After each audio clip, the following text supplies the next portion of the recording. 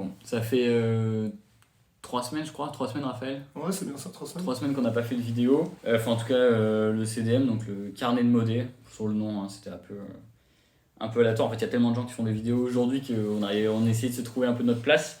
Euh, le but, c'était quand même de faire des vidéos fréquemment pour donner quelques points sur ce qui se fait à l'Assemblée, essayer d'avoir un petit espace de parole aussi assez libre. Et donc, qu'est-ce qui s'est passé depuis 3 semaines?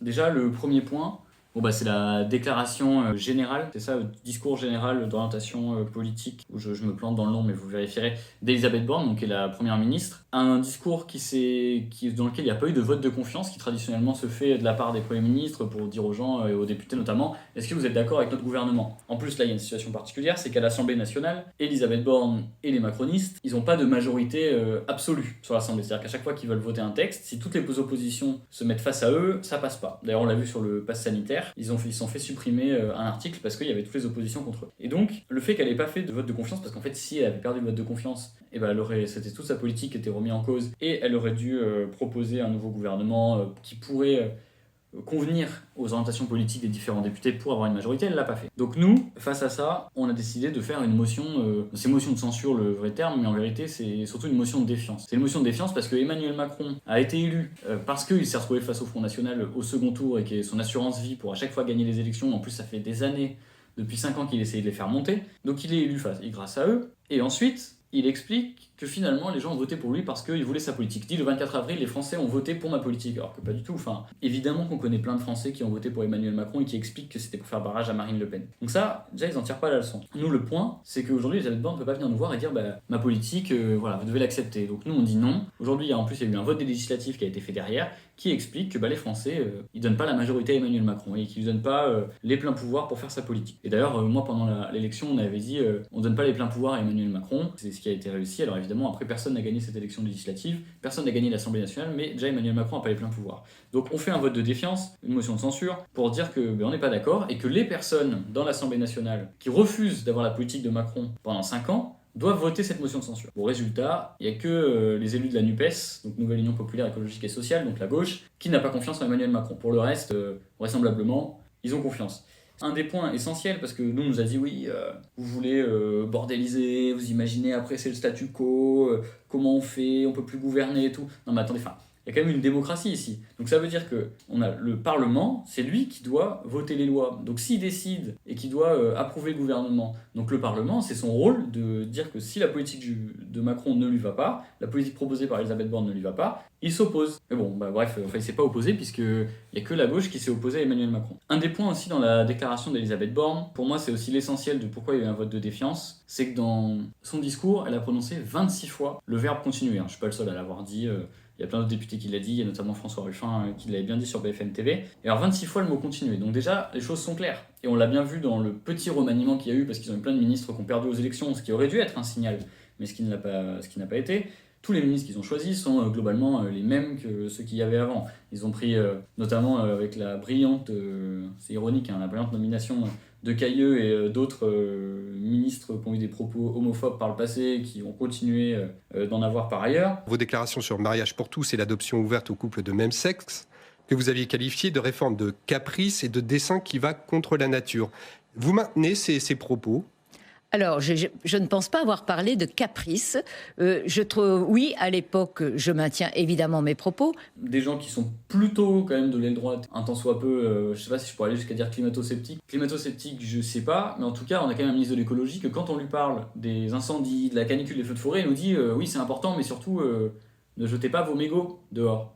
Comme si c'était ça, en fait, on allait résoudre le problème climatique, les incendies à cause des mégots. En fait, aujourd'hui, il y a des sécheresses folles, et qui fait que les forêts s'embrasent de manière beaucoup plus rapide que ça a pu être le cas par le passé. Donc continuer, qu'est-ce que ça veut dire? Parce qu'après il y a des exemples concrets. Donc là on va citer quelques exemples pour essayer de vous faire la vidéo courte, parce qu'on m'a dit que 28 minutes c'était trop long.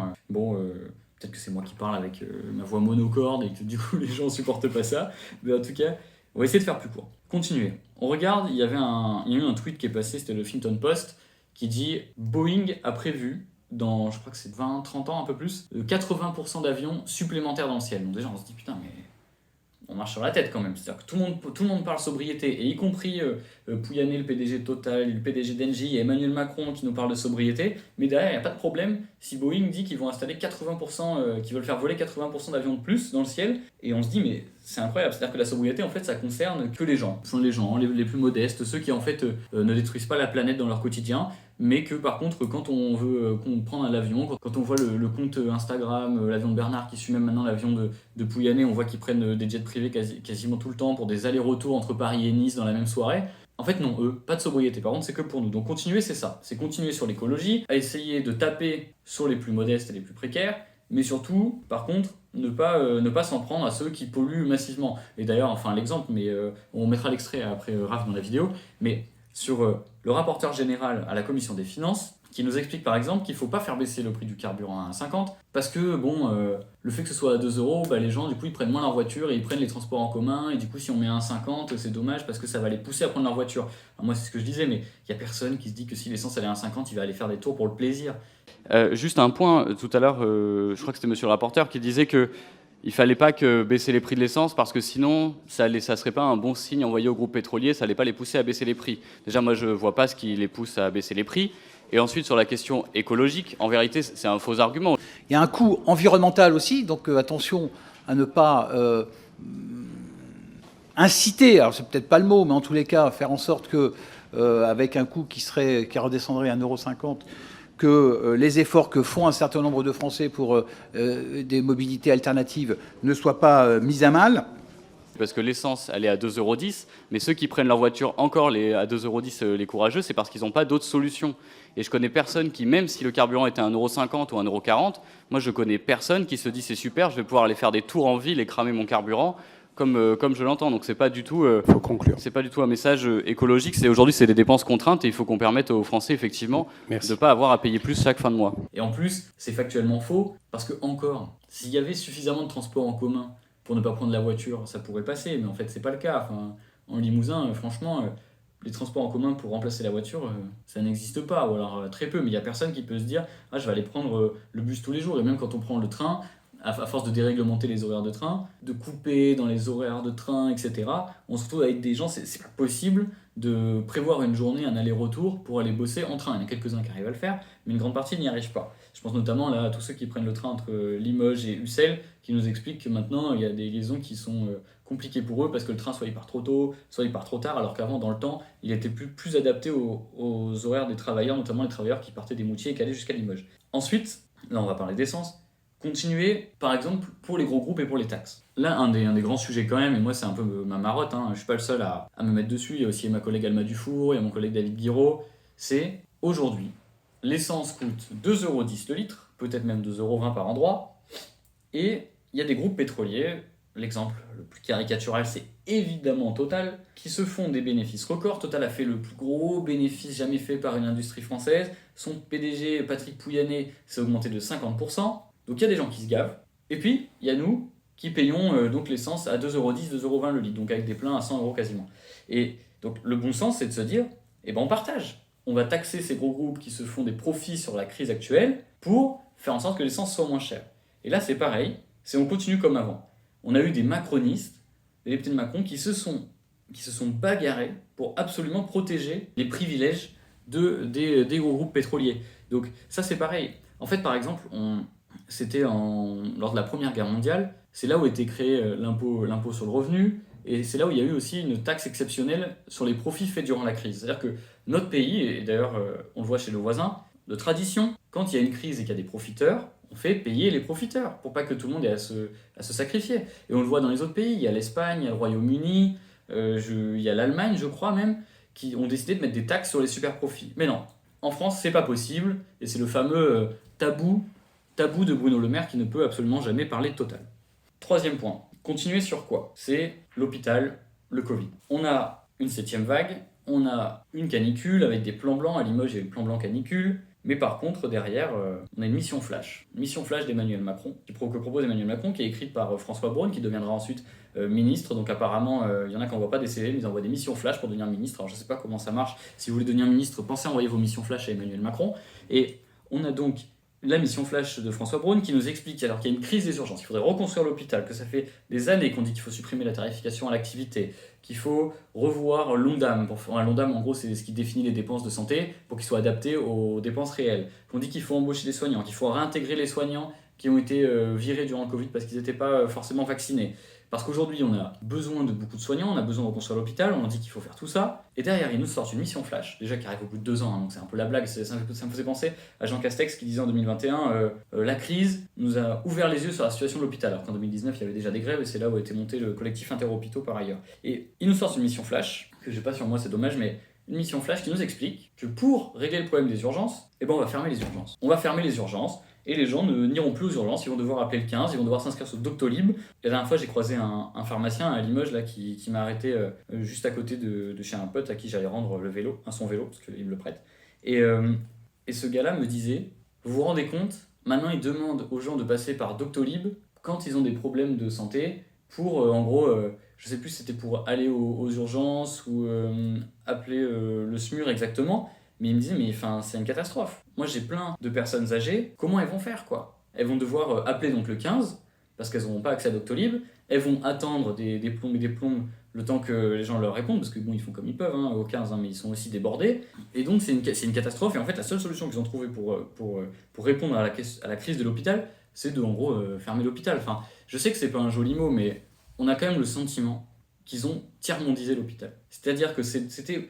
Dans les années 2000, le système santé français, c'était un des premiers dans le monde. Il y a eu plein de bouquins, il y a eu un bouquin de Grimaldi sur le sujet, Manifeste pour la santé 2022, qui explique ça, et que maintenant on a un système de santé qui fait plus envie à personne. De toute façon, déjà même à la sortie de la crise sanitaire, on avait eu la première note de la Caisse des dépôts et consignations, donc qui est un organe qui donne des fois des conseils à l'État et qui gère des financements, qui donne ça au gouvernement. Ce qu'ils mettent dedans, c'est en gros augmenter les partenariats publics-privés, financer les hôpitaux privés à but non lucratif, c'est des bateaux hôpitaux. Alors, bon, ça... Et on sent bien qu'à ce moment-là, déjà, à la sortie de crise, la première solution qu'ils ont, c'est de ne pas renforcer l'hôpital public. Par ailleurs, le mot public dans les conclusions du Ségur n'existe pas, tout comme le mot réanimation n'existe pas. Ils ne parlent jamais des réa ni de l'hôpital public. En fait, c'est pas leur projet. Donc leur projet maintenant, c'est de fermer l'hôpital et de continuer la lente destruction de l'hôpital public. Et ça a des conséquences. Parce que quand François Braun, il dit sur France Inter, les gens ils devraient appeler leur médecin, mais on va y revenir. Mais aujourd'hui, on est quand même dans un pays, je reprends la question écrite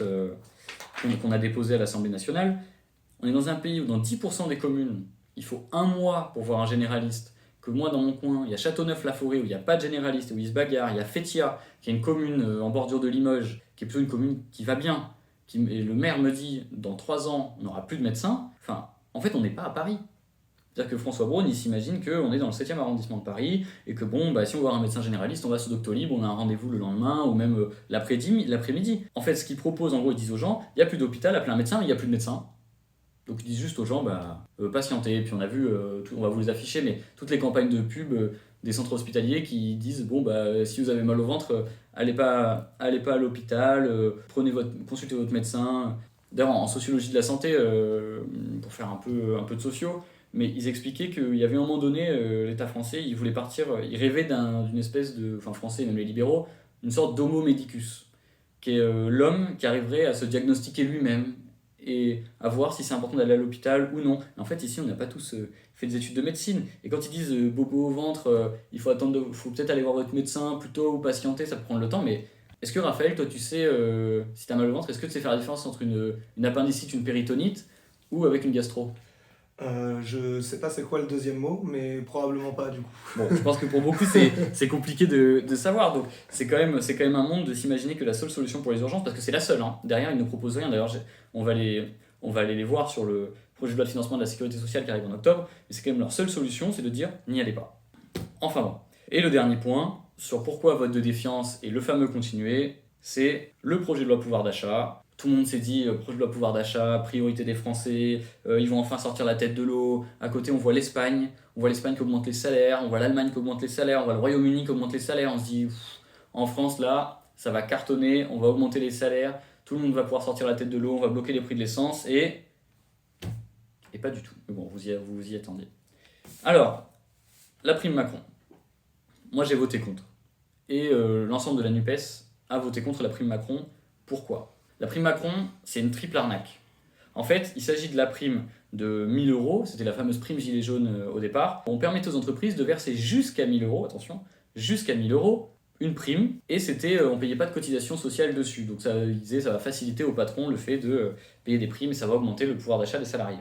On pourrait penser que c'est bien, mais en fait, il y a une étude de l'INSEE qui est sortie. C'est Maxime, mon collaborateur, qui me l'a trouvé. Hein. C'est vraiment, je trouve, commence très bien, parce que c'est quand même, à mon sens, la grosse trouvaille pour moi. J'espère que ça va être un peu plus utilisé. On a mis des visuels sur les réseaux sociaux, utilisez-les et partagez-les. Parce que la prime Macron, donc, c'est la triple arnaque. Je reprends ma petite note. Tout d'abord, pendant tout le débat sur le projet de loi pouvoir d'achat, on nous a dit, le Rassemblement national, les Républicains et les macronistes, ils nous ont dit, non mais la prime c'est bien parce qu'augmenter les salaires, ça coûte trop cher pour les petites entreprises, les PME, les TPE, et la prime, ça va leur permettre de pouvoir donner un petit peu à leurs salariés. C'est faux.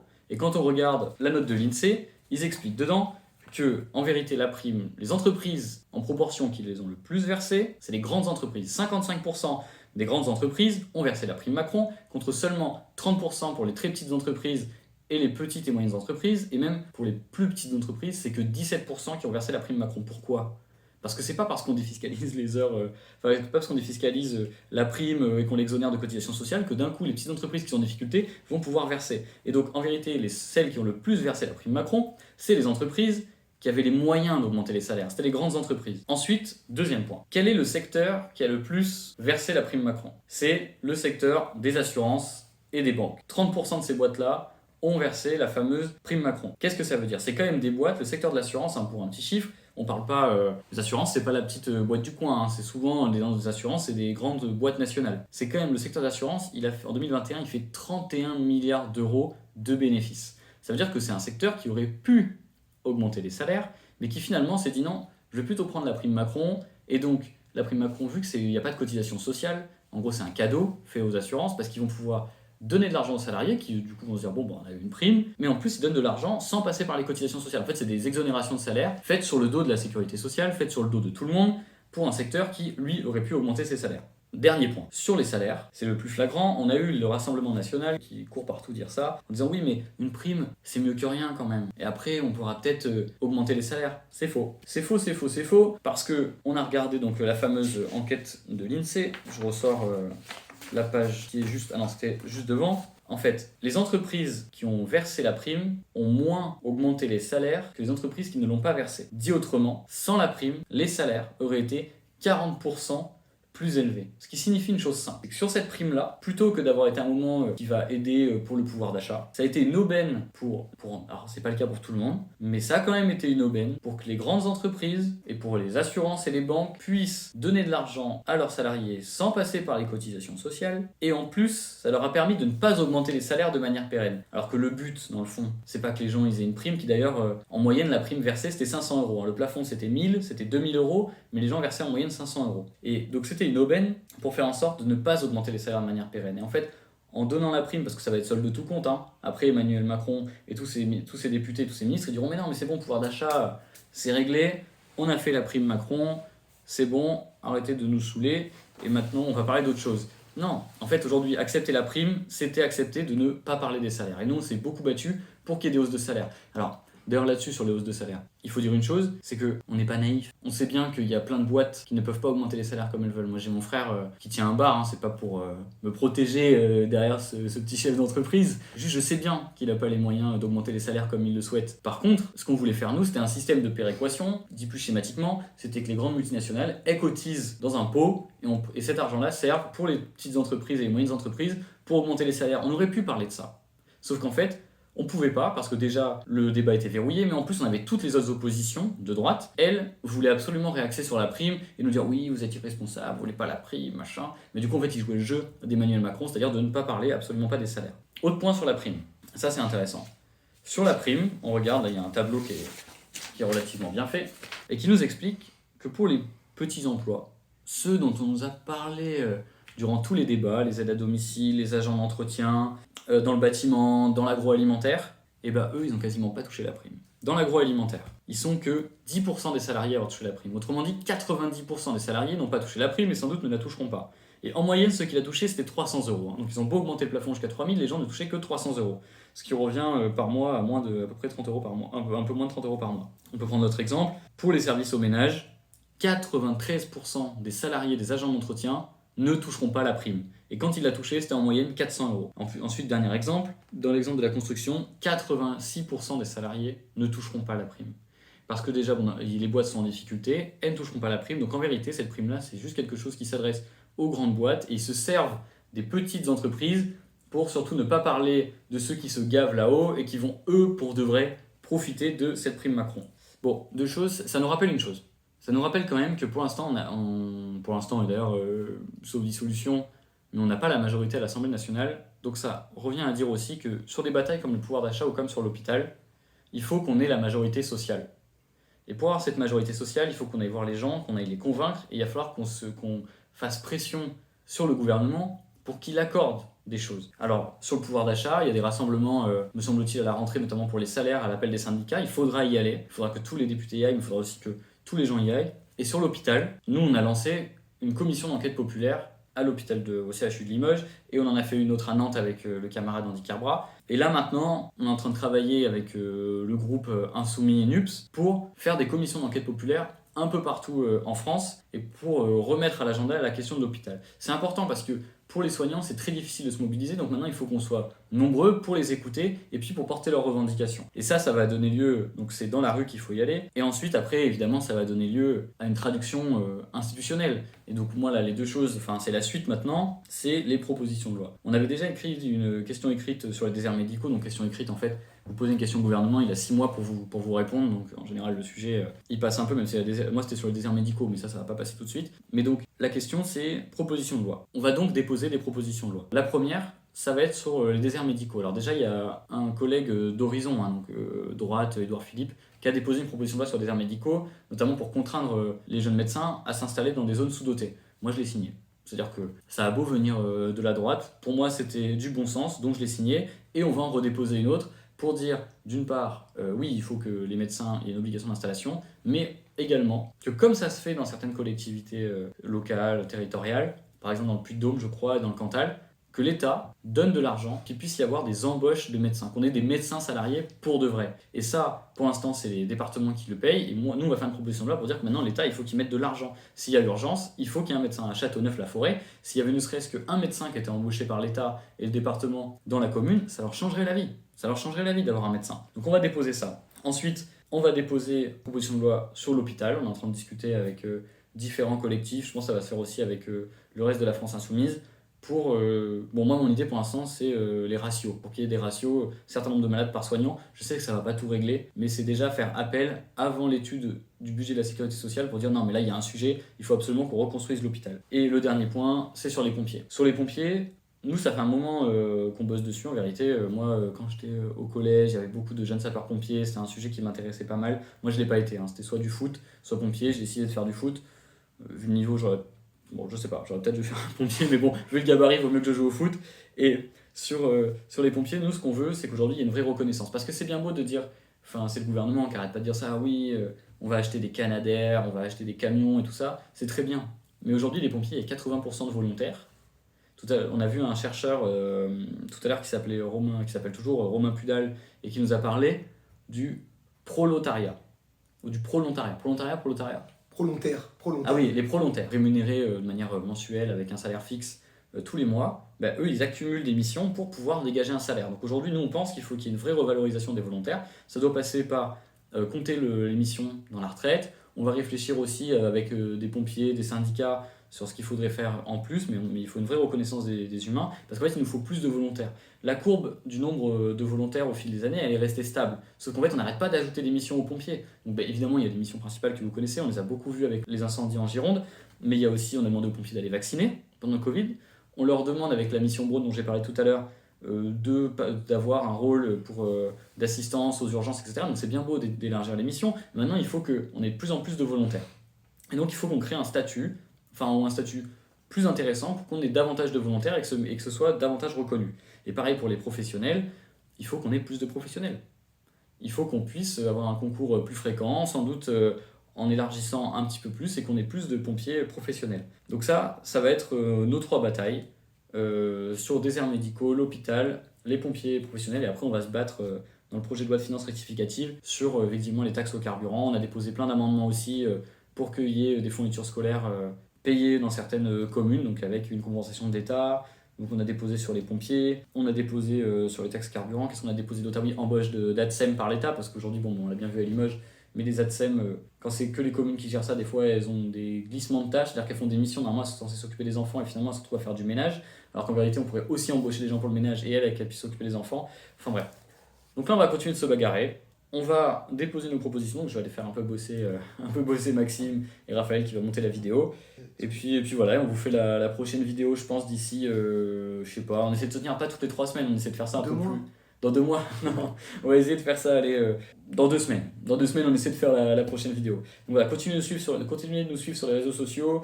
On essaie de lancer un peu le compte Instagram, un peu le TikTok. Sur Twitter, on essaie d'avoir un peu plus de gens qui nous suivent. Donc n'hésitez pas, suivez-nous, partagez, et puis dites-nous si ce qu'on dit ça fait sens. Si ça fait pas sens, dites-le nous aussi. Et puis on se revoit bientôt. A plus.